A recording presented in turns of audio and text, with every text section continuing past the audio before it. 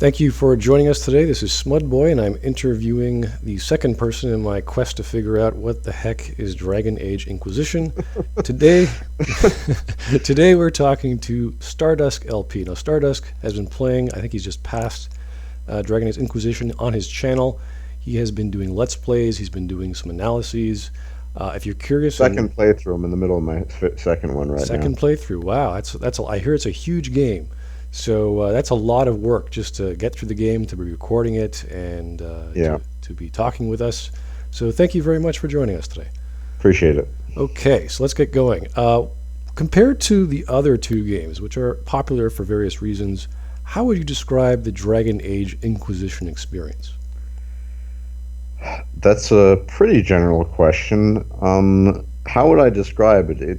It's to my mind, actually very different from its predecessors. There's a lot to say. Well, I think neither Origins nor Dragon Age 2, and the Dragon Age 2 I thought was pretty bad. Neither of those games overshot in their goals, in my opinion. They had sort of limited goals. Dragon Age Inquisition attempted to be a lot of different things, and in doing so, at least to my mind, failed. In most departments. One prominent example that has been cited has been, all of this area to explore, and there's this region and that region. Most of it is meaningless, and we have to remember and bear in mind that BioWare is known for story-based RPGs. They said they incorporated Skyrim elements. Yeah, it doesn't work. It's not a sandbox RPG. So what you end up having is, region, I don't know, the Western approach or the Hissing Waste, which is basically just XP grinding. There is some lore to discover there, but it's not directly story related. Big dwarven statues and how does that fit into the past? Okay, that's kind of interesting. But most of the content is XP grinding or, in this game, influence power grinding, as I was just writing to you. The influence and power system, you think, would be something interesting for such a game, right? You have this massive military espionage organization, and you need influence to get things done and send agents out and what have you. No, you just need a certain amount of power to crack certain missions. Open up mission X, you need 20, and in the really later stage ones, then 40. And as I was saying, it doesn't matter if you finish with 80 or 400. It's all the same. And as I was saying as well, even Mass Effect 3, which we both agree was an abomination, EMS had some value. It wasn't a good one, but it had some effect on something, right? So compared to the last two, I would just say it overshot, and it just left you wanting too many areas because it touched on so many different areas, but didn't really fill in the gaps, if you get what I mean. Okay, so you're saying there were too many cooks in the kitchen, it was too big for its breeches, like what's the... Exactly. Okay, so it was too big for what they were trying to do. Exactly. And what were they trying to do? I'm kind of curious. If I were to create a kind of catchphrase, story version of Skyrim, kind of. They're not Bethesda. They don't do sandbox RPGs, and they thought, if you had all of these areas, I think what they were trying to do is, you kind of alluded to it. They were trying to do everything in their power to sort of counter what Dragon Age 2 had been. You remember, the reused design levels and all of that stuff. So my impression is that they just try to do everything they could in their power. So what they have a dozen different areas, and it's a lot of XP grinding and forests and mountains and deserts and frozen wastes, and okay, that's all great. And the vast majority of it has almost nothing to do with the story. In fact, you can skip all of that and you miss out on some kind of world-based lore and just shoot through the main plot without too many problems. So I'm not entirely sure what they're trying to do. One thing I know that they were not trying to do is recreate an Origins experience, and I think the veterans who have played Origins, we can all agree, yeah, it had problems, but it was it was overall a really good RPG. Most of us enjoyed it. I, for one, preferred the slower, more realistic combat. And yeah, there were fetching quests. Oh, I'm sure you've heard about the fetching quests in this game. Well, we're gonna get to that, but Okay, let's just go sorry. through our questions. I know there's a lot to say. Yes, You've been totally been playing it for a while now. yeah. I've been looking at reviews constantly. I've been seeing some of yours. They're saying a lot of different. I'm getting a mixed bag of responses. The story is sometimes very good to some players. Sometimes it's very not so good. Sometimes it's complete garbage. But the gameplay has been kind of mediocre. Is that true? Is the claim to both story and gameplay, are those both true statements? Can I start with the second one? Gameplay. The more I play, because the first playthrough has this sort of versional quality to it. You don't know what's going on, so you're less inclined to be critical necessarily, because you're still trying to figure out how everything works and what's going on with the story. That's why I do a sort of obligatory second playthrough, because I know what's going to happen. The gameplay, it is. I hate to say it, it's consolitis. It's button mashy. Um, it all the things I don't like that I liked about Origins. In Origins, if you were a warrior, you had the swings and stuff, but it wasn't flashy. There was no magic. And if you're a warrior in this game, you're basically doing magic too. There are lots of flashy explosions and mystical shields, and the gameplay is not very enjoyable. It's also not very challenging. Oh my God. I'm sorry if I'm talking so much, but I have a lot to say.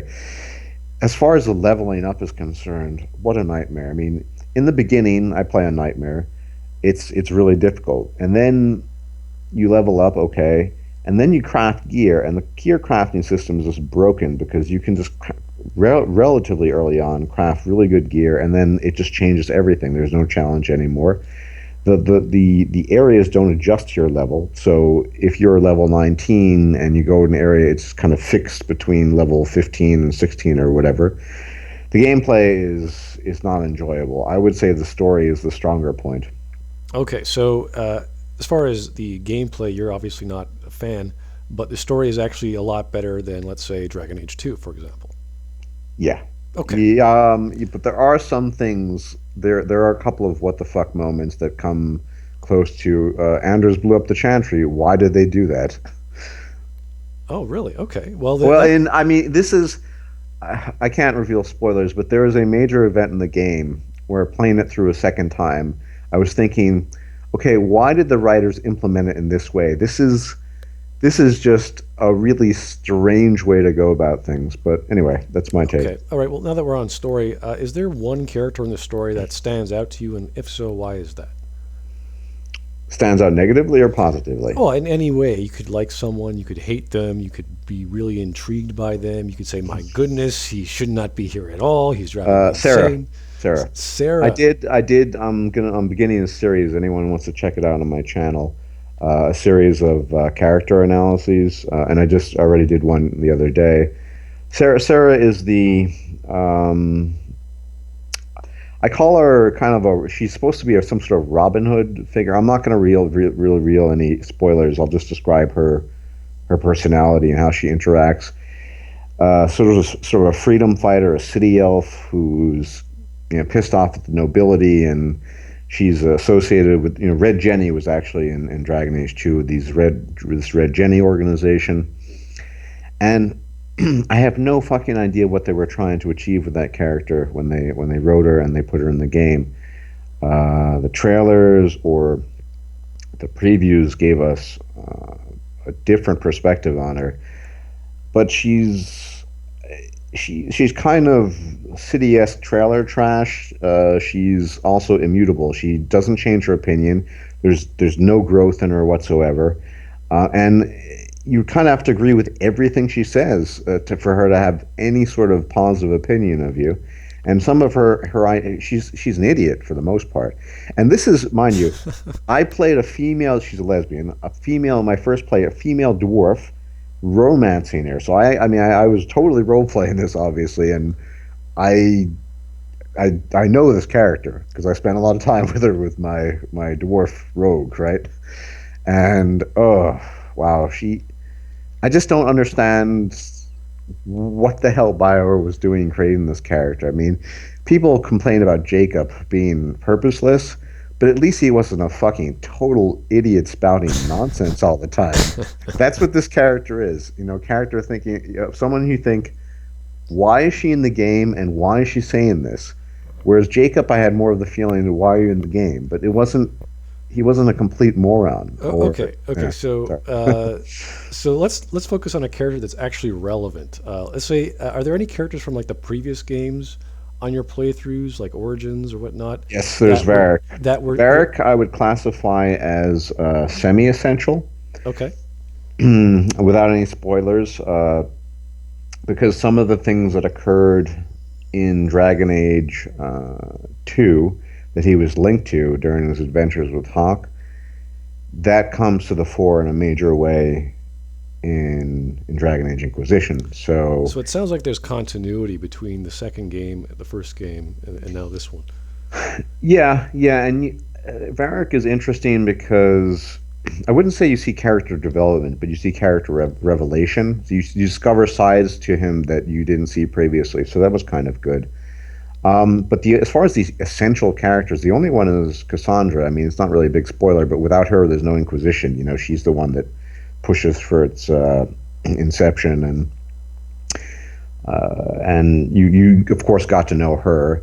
There's Liliana, who is your spy master, and she plays a reasonably important role. I mean, she's part of I call them the board members, right? She's one of your board members. Right.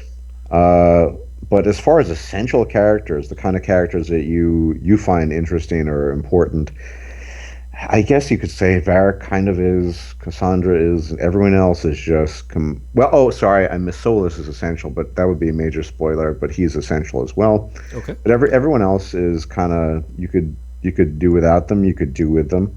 Some of them I don't know why they're there at all, but yeah. Okay, well, that's good to know. Now, you mentioned about Cassandra being essential because she does the Inquisition, or without her, there would be no Inquisition. So, does that mean the concept of making the Inquisition, like having a religious cleansing of people and culture who do not think a certain way or aren't part of a certain group, is that a huge issue in the story, in the scope of this whole game? Um, Interesting question. It's more a question of yeah, yes, because you learn about the Inquisition history, and in the past in Thetis, the Inquisition had a pretty bloody history, and so well, the Inquisitor, at least nominally, is given dialogue options as to what kind of Inquisition he wants to shape. So in my current one, I'm playing an Andrastian dwarf who thinks he's the Herald of Andraste. So you can choose a faith option, right? Oh, interesting.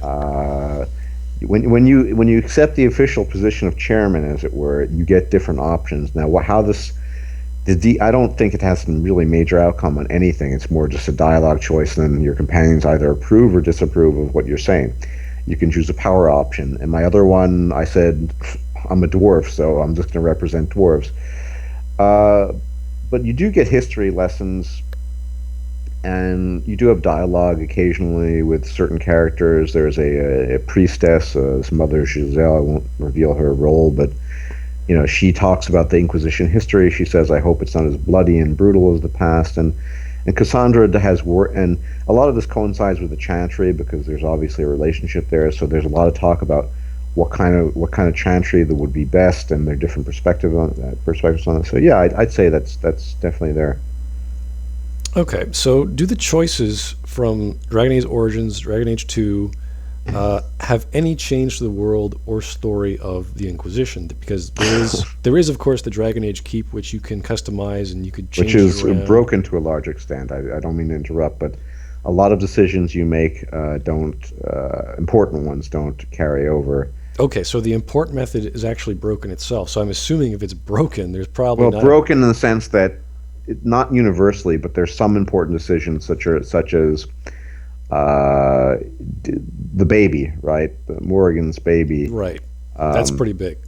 That's pretty big, and there are problems with it. I've experienced problems. A friend of mine did. Some other people I know. So, yeah, But overall, it tends to work. Some things there is carryover, but sometimes you wonder. Now, for example, do you remember Dagna, the the dwarf who wanted to study magic Oh in yeah, Origins of that's Valor. right. Yeah, that was great. Now, this it's a really minor spoiler. In any event, so don't. She becomes the arcanist, right? She researches magical stuff for the Inquisition. I mean, it's not a huge spoiler, but I need to cite it as an example. Now, you would think that's only she can only become an arcanist if you helped her out in her quest to study at the Circle. But no, even if you chose to tell her to stay with her father to become a smith, to she still stays an arcanist. So this is one example. There, a lot of decisions. Do they actually have a change on the way the world is? I wouldn't say so. It's not a real change. It's more different dialogue options. For example, if Liliana romanced the warden, then she'll talk about her love and blah blah blah and so on. But I wouldn't call that a change in the world. Yeah, it sounds like So the choices, even the insignificant ones, at least make a reference, but they don't have any impact on the story or the outcomes of things. Or exactly, it's references, not impact. Yeah. okay, this is kind of interesting because I have a very love of a game called Suikoden or the Suikoden series, and I'm kind of curious. It's a big game. They have like 5 or 6 of them, which are all continuous. So it's the second one builds off the first, and it's the same world, the same characters, only like 10 years later or 20 years later. So I'm kind of curious, but there's a game this size, is navigating it that difficult? I'm imagining, a large castle with many characters, and you probably spend a lot of time just talking to everyone and getting from A to B. But does Dragon Age Inquisition use a map system, and is it as simple like Skyrim, where there's one giant map, or is like one giant level? How does that work? Okay. There is in your Skyhold, your castle, there is a map, and there are two different layers because they're to the map. You can use it to talk to people. I mean, it's easy to get lost. My first playthrough, I was thinking, where is Varric and where is this person, and it's pretty easy to get lost once you figure out where everyone is. Everyone kind of settles down in their position. Iron Bull hangs out in the bar and what have you, and then you go there. Um, Most maps in the world, yeah. I mean, there's the map in the boardroom where you decide to embark on missions, and then once you're in a particular area, then that there is a map, but you need to explore the areas. I mean, some of it's hidden until you've explored it. Most quest markers are revealed, some are not. One complaint I have that this is an interesting thing. What they wanted to do with specializations, these unique abilities you have, a class, Templar, I'm playing a Templar right now, or um, Reaver or Assassin.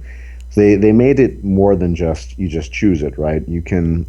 The Inquisition hires these trainers, and then they give you a quest to gather components. Okay, that seems like a cool idea, and there's unique dialogue related to specializations as well, which was kind of neat. But this one problem I see with the maps is that for everything else there's a quest marker. For this, for some reason, they decided not to put it in, and a couple of other things like that. So there are maps. Sometimes they're helpful. The quest markers are on the maps. They're different layers. There isn't really one big map. There's one big map for the area you're in, but not for the whole world, unless you're counting the boardroom. But the boardroom is it's kind of like a strategic map. It's not a map Right. that you see. Yeah. So it sounds like the world is so big that the player would, get caught up in just the various side quests, especially ones where there's no markers. So uh, it sounds like as if the narrative is just piling down on the player, and as a result of this large level design, is causing lots of time just to explore that they don't really have a main focus on, let's say, the main story or the main quest. Is that the Oh, case? absolutely. The grinding. It's a very grindy game, Are you and grinding the entire game through? but the thing is, you don't have to. You can, as I said, you can zip through the main quest. I reckon probably in 20 hours if you're playing on casual and don't care about your gear and whatever. I mean, that's the thing. They all this extra gameplay that they cite that is grindy. Now, the first time around, I was grinding like crazy because I'm completionist. I like crafting stuff. I usually like tactical combat, although it's not really doesn't exist in this game. So Second time around, I've just been zipping through stuff because I realized it's just not worth it. Why am I trying to get all this extra influence and power? There's no point because it doesn't change the outcome.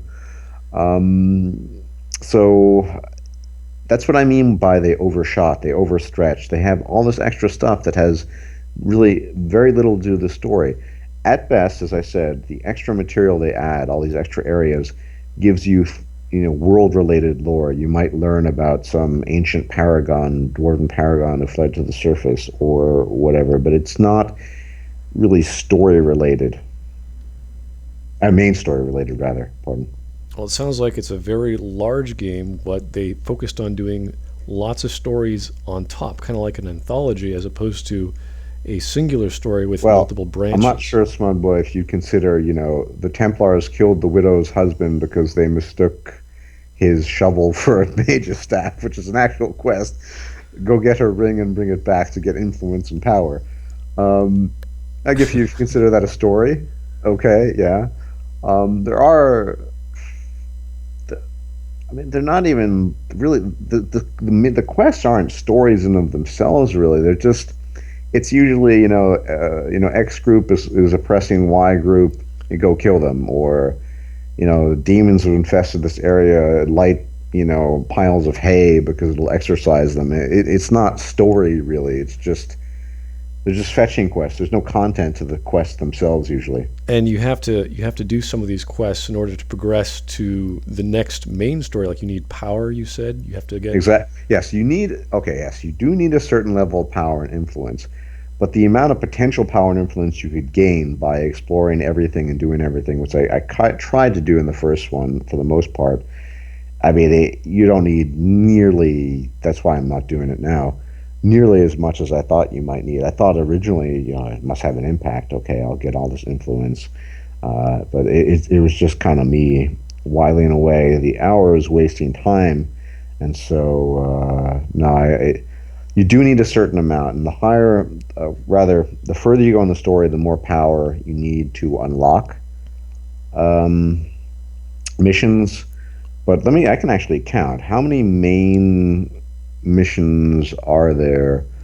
One, two, okay, one, two, three, four. There are about five main missions, and you could just zip through all of those if you have enough power. So you have to do some, get experience, get influence.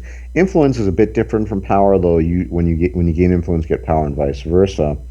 Influence is used to gain Inquisition perks, which give you either perks that are related to things like magical knowledge, underground criminal knowledge. It'll give you extra dialogue options. Some cases it's direct, like there's something called deft hands, which gives you access to, allows you to open doors that would, require certain special locks and what have you.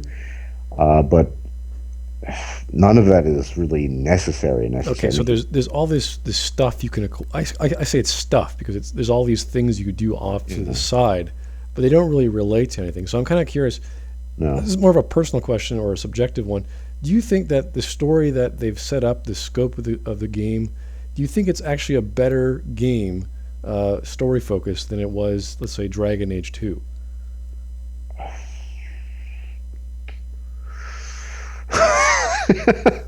I know you're not too pop. I know you don't like Dragon Age 2 that much. I know you sort of. I thought, well, yeah.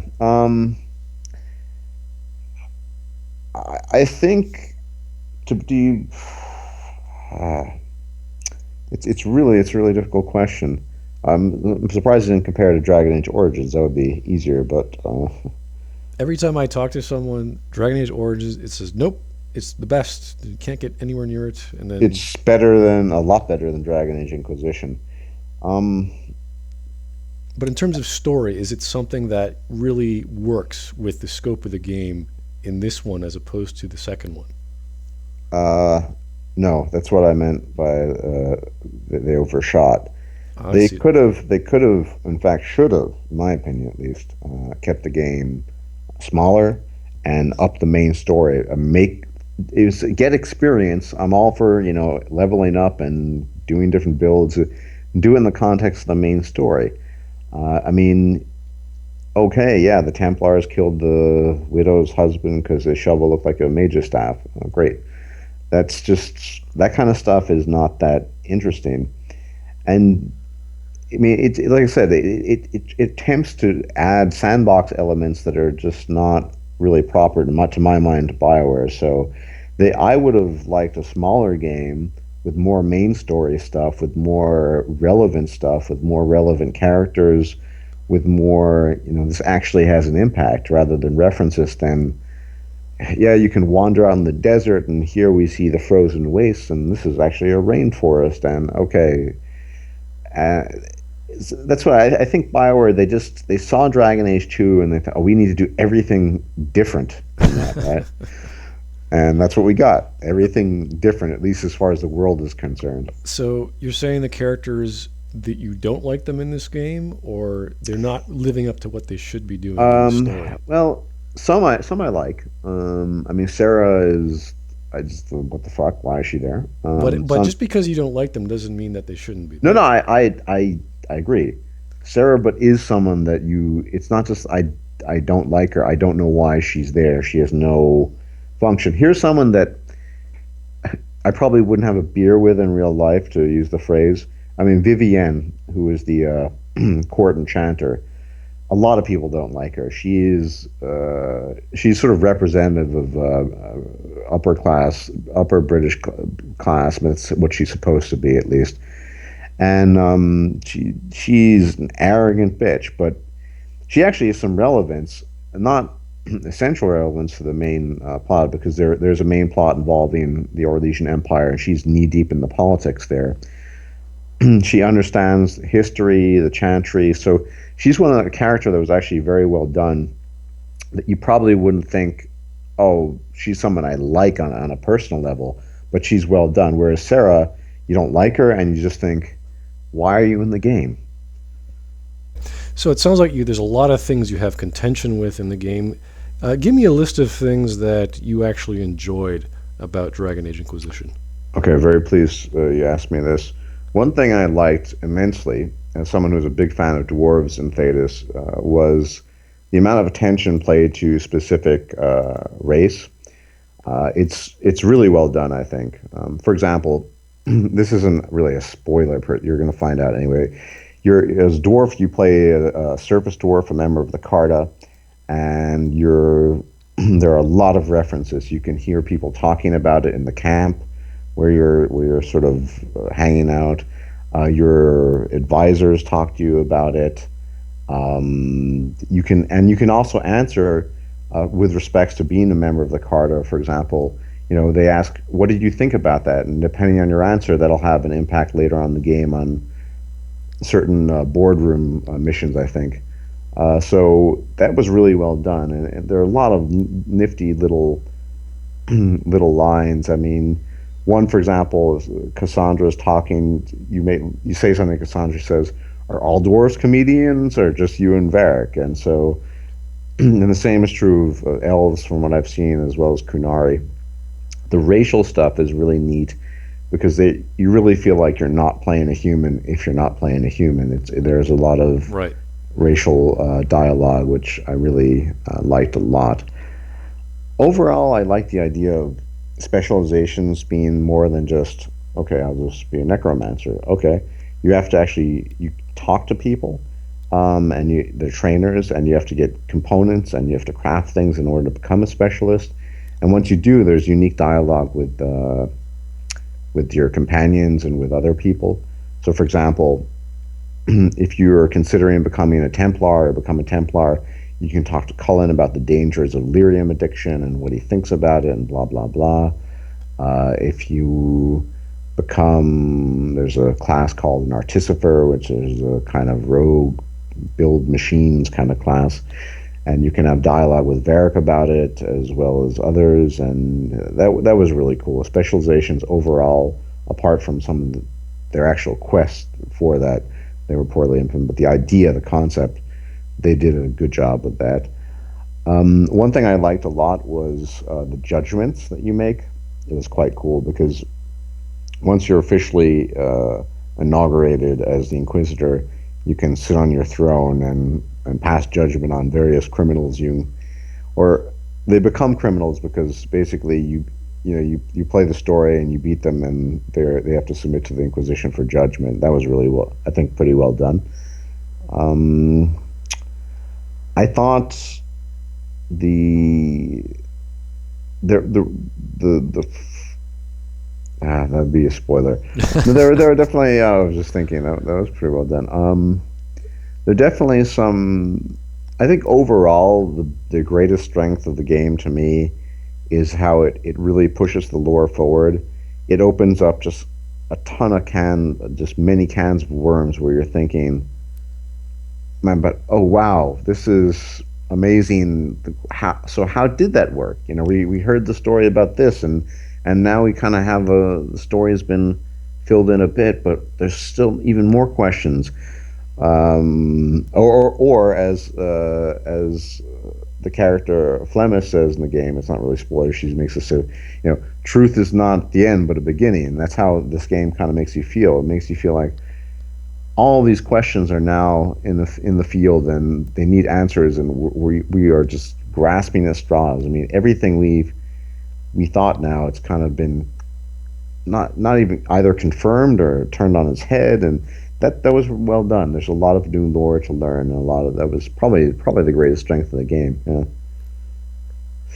Anything else that I can think of?